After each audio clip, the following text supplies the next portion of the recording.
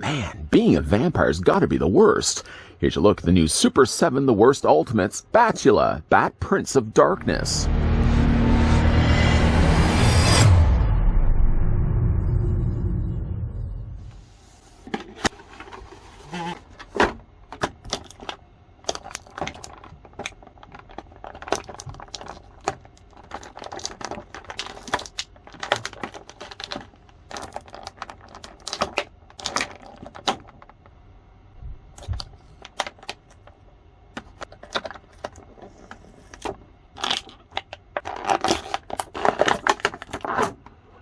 Warning, citizens, Bachelor, the unholy Bat Prince of Darkness, stalks from dusk till dawn for fresh, unknowing victims to satisfy his horrifying bloodlust. Stay indoors and ward away his evil with garlic wreaths and crucifix, for demonic thirst of this hideous creature cannot be slacked.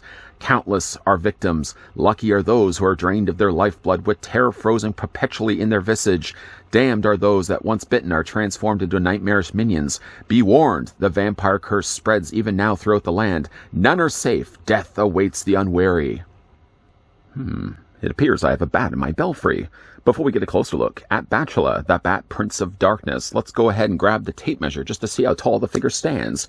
These have now started to show up online. Many of you may already have picked these up for yourself. In fact, I actually did find these over on Entertainment Earth's website, to which, if you are interested to grab Batula before he grabs you, I can click the link, provide the link that you can click down below in the video description. In the meantime, Batula stands 6.5 inches in height, or the figure's a horrific 16 centimeters tall. Terrifying trinkets come included with Batula. Let's have a look at those right now.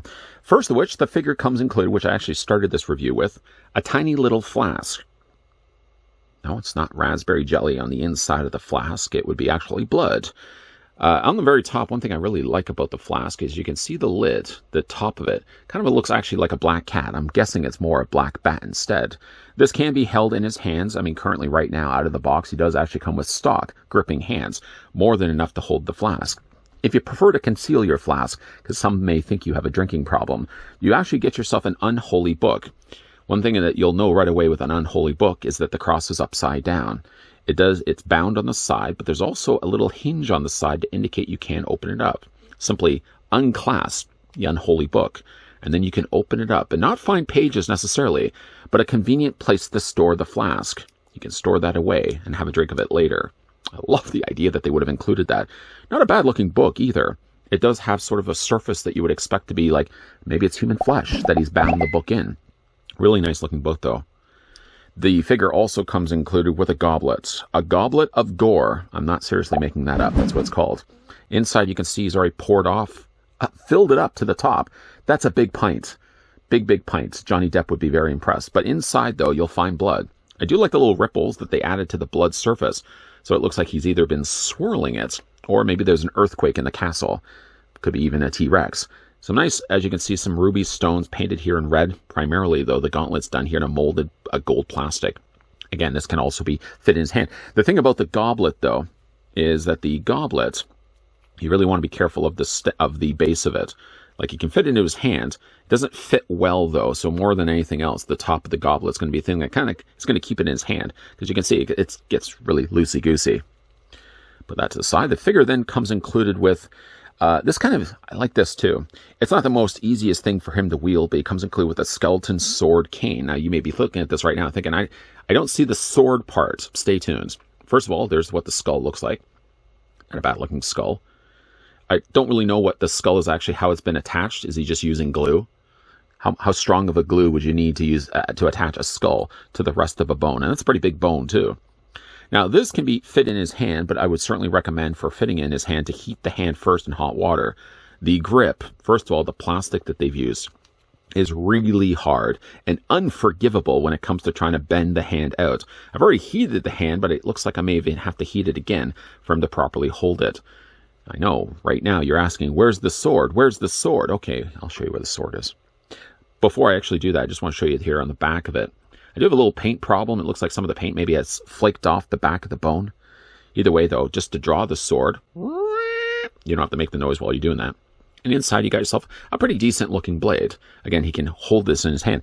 Now, once you do away with this part of the sword, or at least the part of the bone, it becomes very difficult for him to hold it. First of all, again, like the plastic, I know I've already mentioned it. There goes the hand. Where's the hand? The hand's right over there. The plastic, like I said, is unforgiving when it comes to this, but it doesn't give you really much space for him to actually hold the sword properly. Obviously, he's not going to be holding it from the blade. Nobody wants to hold a blade dead or otherwise by the blade itself. You've got to hold it by the handle. I do wish that they could have given you just a little bit of allotted more space. I mean, this is just enough, just barely enough. And if anything, I mean, you can kind of slide the blade up this way too and kind of have him holding it this way. Just kind of bring the thumb away slightly if you want to walk around the idea of actually heating the hand. I definitely recommend heating the hand, though. Yeah, other than this, I wish this could have been just a little longer in the bone. It's kind of a fun touch to have them include like a bone sword cane. Get the figure here to stand properly. So let's just put that away. We don't want to cut ourselves. One thing that's interesting, though, is also the way that you put the sword back in. It's a very unique way. If you look at the point, you can't just slide it any which way that you want. I've also noticed, too, the few times that I've actually drawn the sword and put it back in, maybe some of the paint has started to come off the sword. That's a little bit of a bummer. But then when you put it back in, there's really only one way you can put it. If you put it this way, it's not going to fit properly. You have to line the shapes up. This is preschool learning that we're doing here.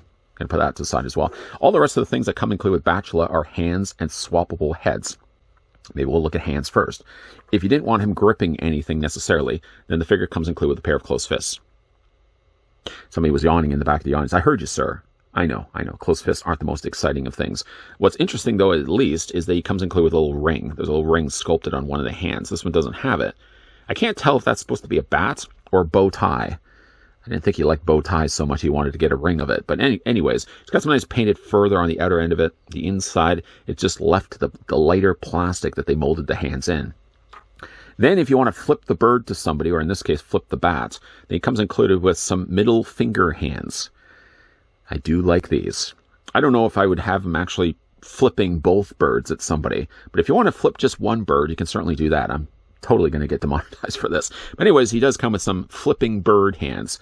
To change those hands, by the way, go ahead and just remove the hand. I've already done it already on this one side, making sure, of course, thumbsies go in. It doesn't matter whether you're Count Batula or not. But yeah, you can actually have him flipping the bird to somebody. And again, you can double that up if you want. If you don't think that flipping bird with one bird was enough, you can double it up, double flipping the bird. We're going to just leave that in his hand for right now because I do like the look of that hand. And then the figure comes included with some swappable heads. I mean, default right now, you get this head sculpt, which is fine. No problems with this at all. You can see he's got the fangs sticking out. This particular version of Vampire actually has sort of a buck teeth in the middle and longer fangs on either side. I just move his collar out of the way. You can see really a nice looking sculpt on the face. Lighter colors of the blue that are added to the inside of his ears. I do like the colors of the darker black that they put around his eyes. I kind of like the way that the eyes are looking down, like he's pointing down at you with his middle finger. Do kind of wish he could have had just a pointing finger, but I guess maybe he's the kind of jerk that just goes around town pointing to things with his middle finger and hoping that people will notice. It's right over there. Oh, you want to go to Chancellor? Oh, it's right over there. Oh, the grocery store? Yeah, it's right over there. Sir, are you flipping me the bird the whole time? Overlooking the obvious, the fact that he's just a walking around bat, but everyone's more offended by the fact he's using the middle finger. Then he does also come with some swappable heads as well. He comes with this one, which I got to say is the more disappointing of the three. It literally looks like it's just the same head, but now they've spread all this red across the bottom of his face. The thing I don't like about it is the color of the red that they've used.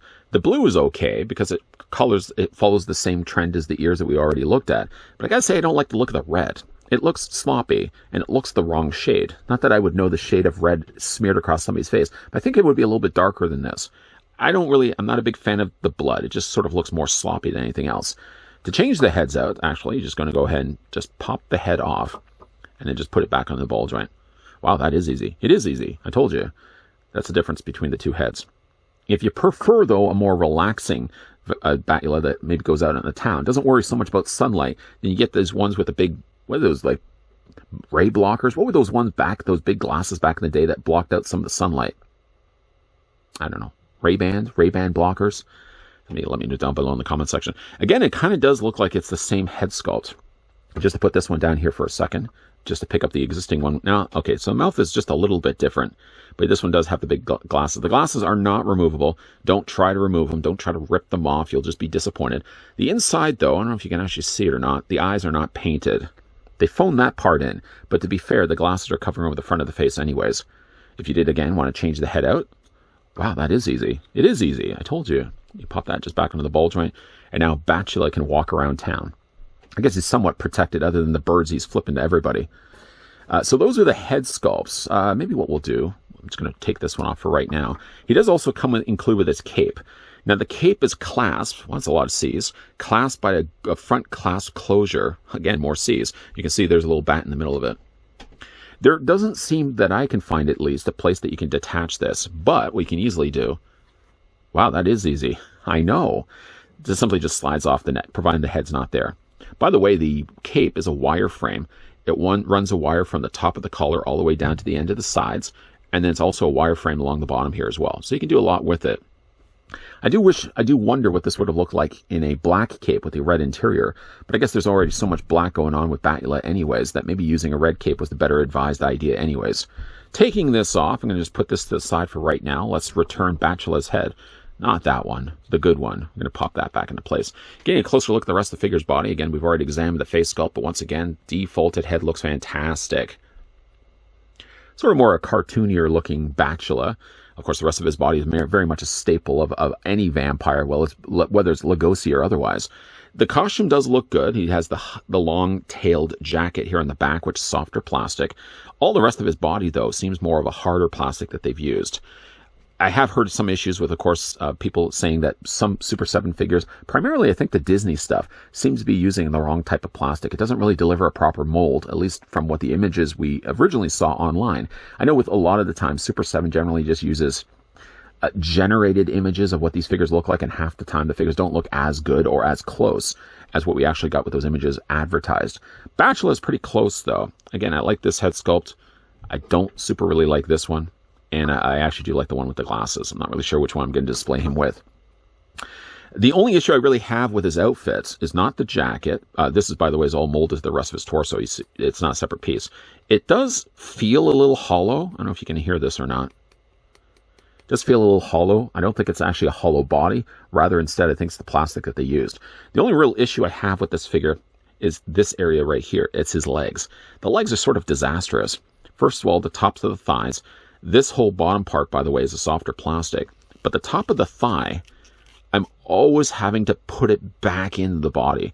The moment I start moving the thigh around, this side at least isn't as bad as this side. But every time I move in the leg, first of all, it gets really hung up on the lower part of his trunks, or his tops of his pants.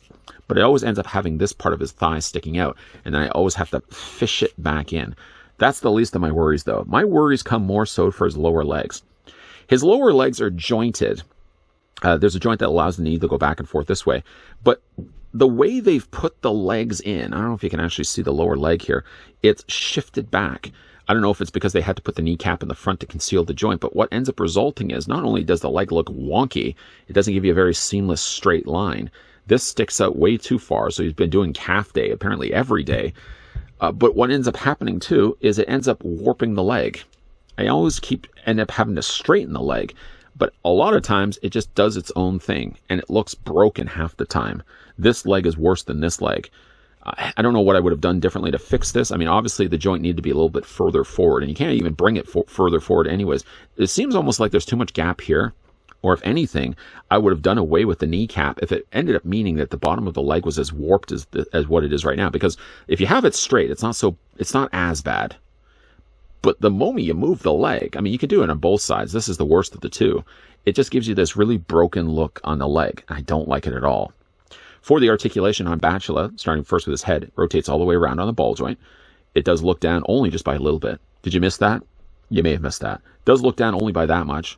Up, down, that's it. Up, that's as far as it goes. It rocks back and forth, and again, you can rotate it all the way around. Shoulders are on hinge joints, so you can bring those out, I would say comfortably at 90 degrees. Take the arms and rotate them all the way around. He has a swivel at the bicep. It's really tight on this figure. Really tight on this figure. Only, sadly, a single hinged elbow. But it's, again, one of those joints that doesn't stop. It keeps going. If you let it go, it'll continue to go. The joint goes forward, and it also goes back, but it goes back by a lot. I wish there was kind of a stopping point or something there. It's really the joints in the elbows and the joints in the knees that I think that suffer a bit on this figure. Hands, of course, rotate all the way around. You can hinge them back and forth. Upper torso's on a ball joint. No issues there. And then there's also a secondary ball joint right at the base or at the waist section of the figure. Legs do split out. I mean, again, they're on hinge joints, but it really gives me problems right here. Not so bad on this side, but this side on the top. Again, I'm always having to fish that, put that back in the rest of his body. And again, when it comes to his knees, what's there to say that I haven't already said? The knees not only allow you to go forward this way, back this way, but again, the way that they're designed, the knee on this side especially just always looks wrong. No matter what I do, it seems just to continue to look wrong. And there's also a hinge joint on the ankle. You can rock it back and forth. Figure does also have peg holes on the undersides of his feet, but sadly, Batula does not come included with any peg stands. All in all, it's not a bad looking figure. Based on what I saw images online of what these figures did look like, the worst Ultimates, it does deliver exactly, or somewhat exactly, what I expected the figure to be. Head sculpts are good. I don't really, again, like this one necessarily. I just think the blood is way too bright and way too smeared. But I do like the idea that he came with as many heads as he did, and some pretty cool looking accessories. The bone sword, again, like the way they've got the bone, they really should have brought the bone further down. Maybe put the cut right here so there's enough allotted space for him to actually grip it in his hands. I do like the idea of that, and I love the idea of actually getting the unholy book with a tiny little flask inside. The only thing I would have done differently, I think, to this figure, and the only thing I find is a detriment to Batula, is the way they've designed the knees. The knees, again, just by looking at it right now, doesn't it look off? Doesn't it just look so off? That other than maybe just fixing it for future releases, I'm pretty happy that I did pick up Batula here. Batula isn't perfect, but I certainly wouldn't call him the worst. Oh, wait. Oh, it's from the worst Ultimates. I guess I could technically call him the worst, but he certainly isn't a bad-looking figure. Yes, he does have a lot of problems when it comes to his lower legs. The knees, if I was to check off only one box as being a problem with Batula, it would be his knees, and the way they've designed the joints. I don't know why you would design a figure where the joints would allow the lower leg, the calf area of the leg, to swing forward and swing back and swing out. Swinging out is really the worst of the problems, because Batula always looks like he's got a broken leg. Again, I do like the accessories the figure came included with. Lots of choices. There's always nice to have choices when you get these figures.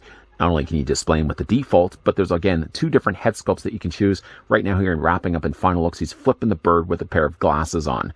Those Blu-ray blockers, what were those glasses called? You would think in between takes I would have looked this up online. I'll leave it down below in the comment section. I'm sure somebody else will already do that as well.